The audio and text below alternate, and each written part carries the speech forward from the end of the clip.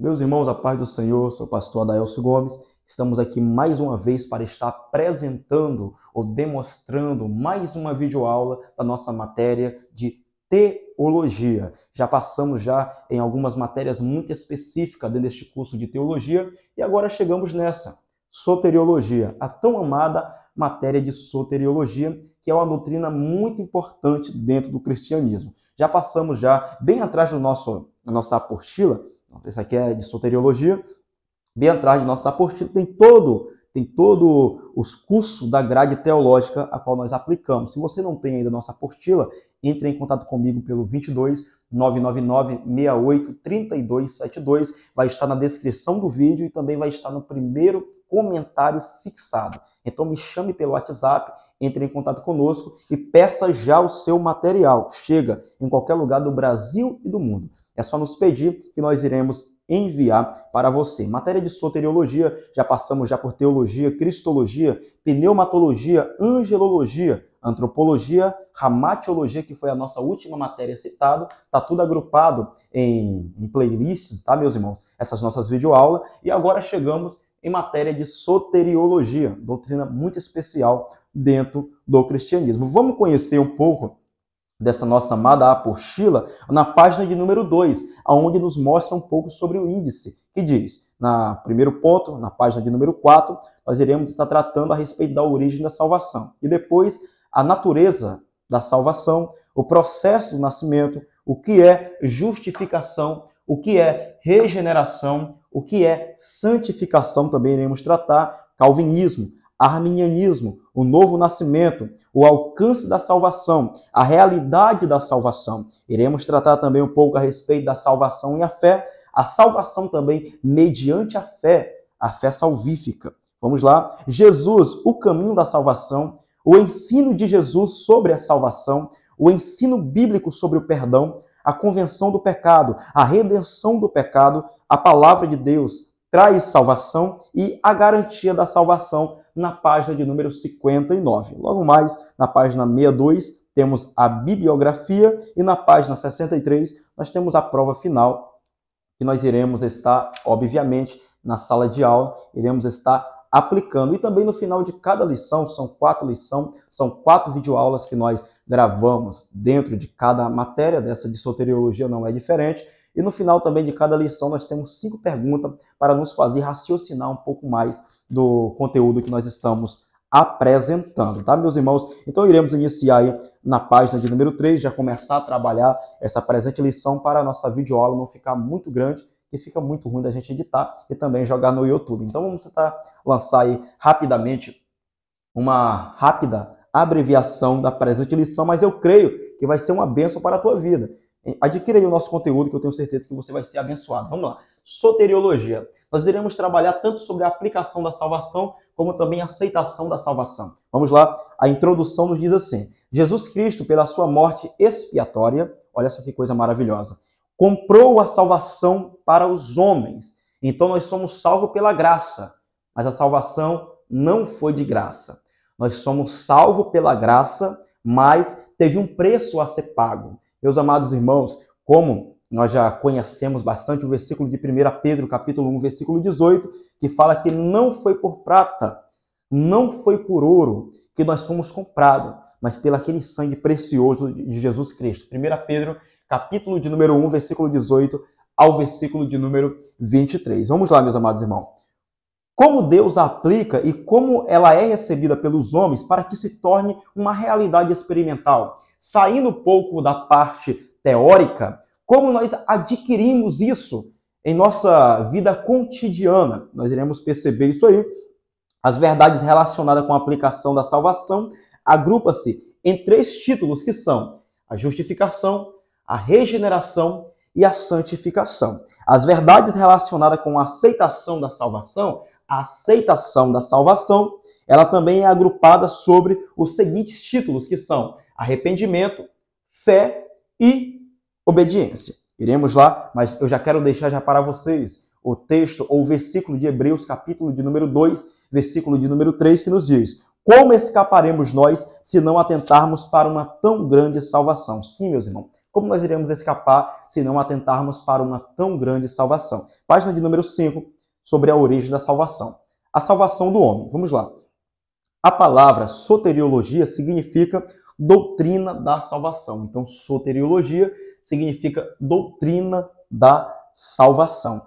A salvação, ou a palavra que descreve o seu significado, soteriologia, tem sua raiz no vocábulo grego, soteria. Como eu já falei para os irmãos, no final de cada lição que nós comentamos e que nós estudamos, tem 5 perguntas para nos fazer trabalhar naquele conteúdo que nós apresentamos, naquele conteúdo que nós aprendemos. E nesta matéria de soteriologia não é diferente. Na página de número 20 da nossa apostila física, temos lá o exercício. E a primeira pergunta é simplesmente isso. O que significa a palavra soteriologia? Doutrina da salvação. Ela vem do vocábulo grego soteria. E ela é apontada como soteriologia, doutrina da salvação. E como escaparemos nós se não olharmos para essa tão grande salvação, como já falou o autor aos Hebreus, no capítulo de número 2, versículo de número 3. Mas sem perca de tempo, vamos trabalhar sobre essas aplicações e sobre estes pontos muito específicos. Eu não sei se vai dar tempo de nós comentarmos sobre esses, mas pelo menos esses 3 nós iremos comentar. Então vamos lá, já pular para a página de número 6. Meus irmãos, tem muita coisa maravilhosa aí que nós estamos passando, mas você que tem a apostila em casa, você que é o nosso aluno, medite nela, tá? Que é muito importante isso aí para que o nosso aprendizado... Meu irmão, não adianta você tirar 10 na prova se você não conseguiu adquirir na tua mente o que nós estamos passando aqui. Obviamente você não vai conseguir gravar tudo, mas pelo menos os principais pontos, aquilo que te chama a atenção, venha estar lendo e relendo para que você venha estar, em nome de Jesus, conseguindo adquirir e que essa semente venha estar somando em tua vida. Vamos lá. A natureza da salvação. O assunto desta lição será: que é constituída a salvação ou estado da graça? 3 aspectos da salvação. Vamos lá. Há 3 aspectos da salvação, e cada qual se caracteriza por uma palavra que define ou ilustra cada aspecto.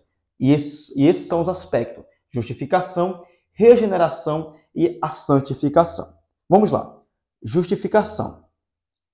É um termo forense que nos faz lembrar um tribunal. Então imaginamos aqui basicamente um tribunal, um julgamento, algo que nós iríamos passar, o que nós iríamos passar se todavia Cristo não tivesse morrido em nosso lugar. Vamos lá. O homem culpado é condenado perante Deus e absorvido e declarado justo, isto é, justificado. Vamos trazer um pouco para a prática, sair aqui da teórica. Como assim nós iríamos passar pelo julgamento? O julgamento que eu falo aqui seria o julgamento de nossa alma.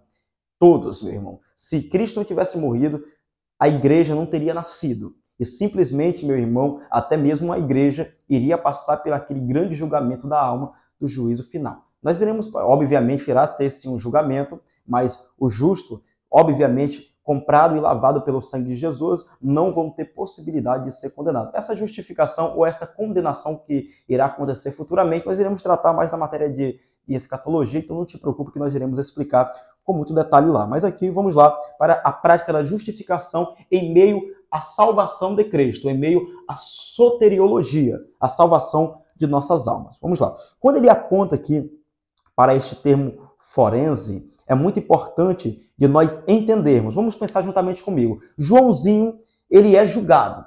Ele é julgado, está lá no tribunal e ele é julgado. E, infelizmente, ele é condenado. Ele é condenado. Aí vem um advogado vem com um conjunto de argumentos, ele pega esses argumentos e demonstra para o juiz do caso. O juiz vai estar passando também para todo o corpo daquele julgamento, né, meus irmãos, para tomar uma decisão. E por causa daqueles argumentos lançados pelo advogado, então Joãozinho pode ser justificado. Já no nosso caso, não poderia ser válido. Por quê? Porque, infelizmente, o nosso caso foi muito sério. O pecado produzido pela raça humana, infelizmente, cada dia mais tomou proporção maior. E diz a palavra do Senhor que o salário do pecado é A morte. Muito bem, você completou aí. E é isso aí mesmo. O salário do pecado é a morte. E simplesmente para ser quitado, tinha que alguém morrer. Tinha que alguém passar por a morte para que a justificação viesse a ocorrer. E aí que entra Jesus. Jesus Cristo, ele morreu em nosso lugar. Jesus Cristo, ele passou por aquilo que era para mim e você passar. Então, simplesmente, essa justificação é um conjunto de argumento apresentado. A justificação do crente foi apresentado por Cristo a Deus, para que viéssemos estar alcançando essa justificação. E mais, tá? Essa justificação não é mérito nosso. Essa justificação não é mérito nosso. Apenas observemos em Romanos capítulo 8, versículo 33 e versículo 34. Abra na tua Bíblia, Romanos. Deixa eu escrever aqui. Justificação. Romanos, capítulo de número 3, RM, Romanos, capítulo de número 8, não é isso? Capítulo de número 8, deixa eu anotei aqui. Capítulo de número 8, versículo de número 33 e 34. Então, medite aí e chega em uma rápida conclusão que essa justificação não é mérito nosso, tá? Isso aí é presente dado por Cristo. E vamos lá. Segundo ponto, depois da justificação, é a regeneração. Isso é muito importante, meus irmãos. Eu queria ter bem mais tempo para comentar sobre isso. Nós, aqui na nossa videoaula presente do nosso canal do YouTube, é um pouco mais corrido, mas dentro da sala de aula, os irmãos sabem que a gente trabalha bem mais esses conteúdos. Vamos lá. Regeneração. A experiência subjetiva, isto é, e adoção, e o privilégio objetivo. Então nós temos aí, ó, vamos lá, deixa eu ver se tem espaço, deixa eu copiar do lado de cá. A subjetiva,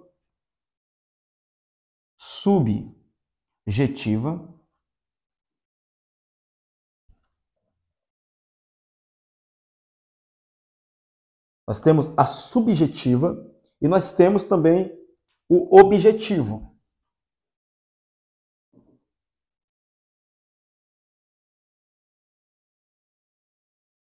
O objetivo, subjetiva e o objetivo. Iremos trabalhar dentro da regeneração nesses dois pontos que são muito importantes, meus irmãos. Vamos lá. Deixa eu ler aqui para os irmãos. A experiência subjetiva, isto é, a adoção. E o privilégio objetivo sugere uma cena familiar. A alma, morta em transgressão, em ofensa, precisa de uma nova vida, sendo esta concedida por um ato divino de pessoa. Por consequente, torna-se herdeiro de Deus e membro da família de Deus. Meus irmãos, nós já estudamos sobre o pecado e vimos como o pecado tirou o homem do centro da vontade de Deus. Por causa da desobediência, muita coisa, nós aprendemos isso na matéria anterior de ramatologia. Volte lá, tá bom? Agora, pensa bem comigo sobre essa regeneração. Iremos pensar em um ponto subjetivo e um ponto objetivo. O que é um ponto subjetivo? Um ponto subjetivo é quando eu pego a verdade, pensa bem comigo, é quando eu pego a verdade e para explicar ou chegar em uma conclusão dessa verdade, eu coloco emoções e sentimentos. Tipo assim, eu pego essa verdade, ó, Jesus Cristo, ele nos trouxe para Deus. Jesus Cristo nos trouxe para Deus. Aí eu deposito um certo sentimento. Vamos lá, primeiramente, um sentimento de inferioridade. Aí eu não posso participar do presente que Deus me deu. Então eu vou me considerar um adotado. Então eu sou adotado por Deus através de Cristo. Eu sou um adotado. Isso seria basicamente uma conclusão subjetiva. No meio da verdade, é até uma verdade, mas só que eu coloco e eu trabalho nessa verdade através de sentimentos e emoções. E muitas vezes, né, meu irmão, aí traz uma consequência um pouco destrutiva em nossa justificação. E isso aqui é um grande problema. Agora vamos trabalhar nesse ponto de vista objetivo. Não te preocupe, tá? Que dentro da nossa aula presencial eu irei tratar muito detalhadamente isso com você. Vamos lá. Agora vamos tratar isso aqui. O objetivo. O objetivo, a verdade é tratada da maneira que ela é. Agora deixa eu te explicar aqui. Subjetivo. É a verdade? Sim. Mas só que ela coloca tanto sentimento quanto emoções. O que é o objetivo? O objetivo é tratar a verdade como ela é. Então, aqui, no modo subjetivo, eu posso tratar ela como uma adoção. Eu fui adotado para Deus. Já no modo subjetivo, eu falo, eu sou da família de Deus. Enquanto aqui no modo subjetivo, não, emoção, eu sou adotado. Eu pertenço sim a Deus, mas sou adotado. Já aqui no objetivo, eu falo, eu sou exatamente da família. Eu pertenço juntamente da mesa do filho. Eu faço parte desta casa. Isso aqui é basicamente a verdade sendo apontada de uma forma objetiva. Vamos lá. Algo que varia de acordo com o julgamento. Vamos lá. Isso aqui é algo muito interessante, tá, meu irmão? Depende da maneira qual a pessoa vê a coisa. Se a pessoa sentir um pouco mais a sua realidade e depositar muitos sentimentos e emoções, então vai chegar em uma conclusão subjetiva. A pessoa que trata a verdade como ela é uma conclusão objetiva, tá? Aponta, é assim, assim e assado. Pois a Bíblia nos fala que Cristo nos comprou e nos levou para Deus. Ligou de ambos os povos, fez um. Isso aqui é muito importante, como está em Efésios, capítulo de número 2, tá, meus irmãos? Vamos lá. E agora, dessa aplicação da salvação, iremos comentar um pouco sobre a santificação. Primeiramente, justificação. E depois, a regeneração. Eu vou deixar aqui o versículo para os irmãos também, assim como eu deixei aqui Romanos capítulo 8, versículo 33 e 34 na justificação, eu vou deixar na regeneração aqui para os irmãos Efésios. Efésios capítulo de número 2. Tá bom? Efésios capítulo de... É bom ler todo o capítulo de número 2. Mas vou deixar um versículo específico para os irmãos aqui, que é o versículo de número 19. Mas todo o capítulo de número 2 é muito lindo mesmo, é muito lindo. Mas eu vou deixar aqui o versículo 19 para os irmãos, tá? Efésios capítulo de número 2, versículo de número 19. Romanos capítulo de número 8, versículo 33 e 34. Justificação e regeneração. E também nós iremos passar aí para a santificação. Santificação. A palavra santificação sugere uma cena do templo, pois esta palavra relaciona-se com o culto a Deus.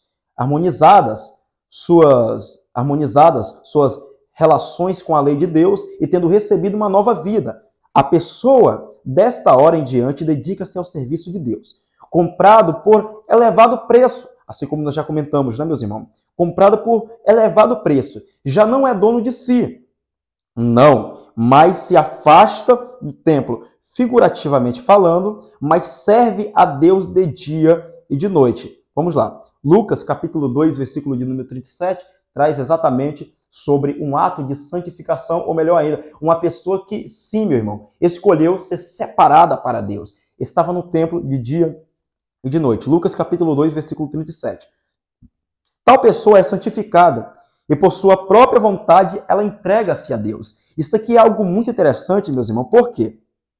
Porque nós olhamos para essa santificação, e santificação, a pessoa ser santo é simplesmente ser separado. A pessoa que se santifica para Deus se separa exatamente para Deus, trabalha para Deus, como aqui já foi falado, foi comprado por um preço elevado, como está em 1 Pedro. Eu vou deixar esse versículo aqui para os irmãos. 1 Pedro, capítulo de número 1, versículo de número 18. Vou colocar o versículo de número 18 até o 23, tá, meus irmãos? Até o 23. Isso é um versículo muito interessante porque nós fomos comprados por um preço maravilhoso, pelo um preço abençoado, pelo um preço, meu irmão, que homem nenhum na face da terra conseguia pagar. Aí vem Cristo e nos comprou. E por ter nos comprado, fomos justificados, fomos regenerados e fomos santificados. Fomos separados para Ele. Fomos consagrados para Ele. Isso aqui é muito importante. E assim como estava aquela mulher servindo ao Senhor no templo, aquela mulher chamada Ana, Lucas capítulo de número 2, vai estar apontando sim, ali sim é um ato de separar-se para Deus, santificar-se para Deus. Ela estava no templo de dia e de noite, meu irmão.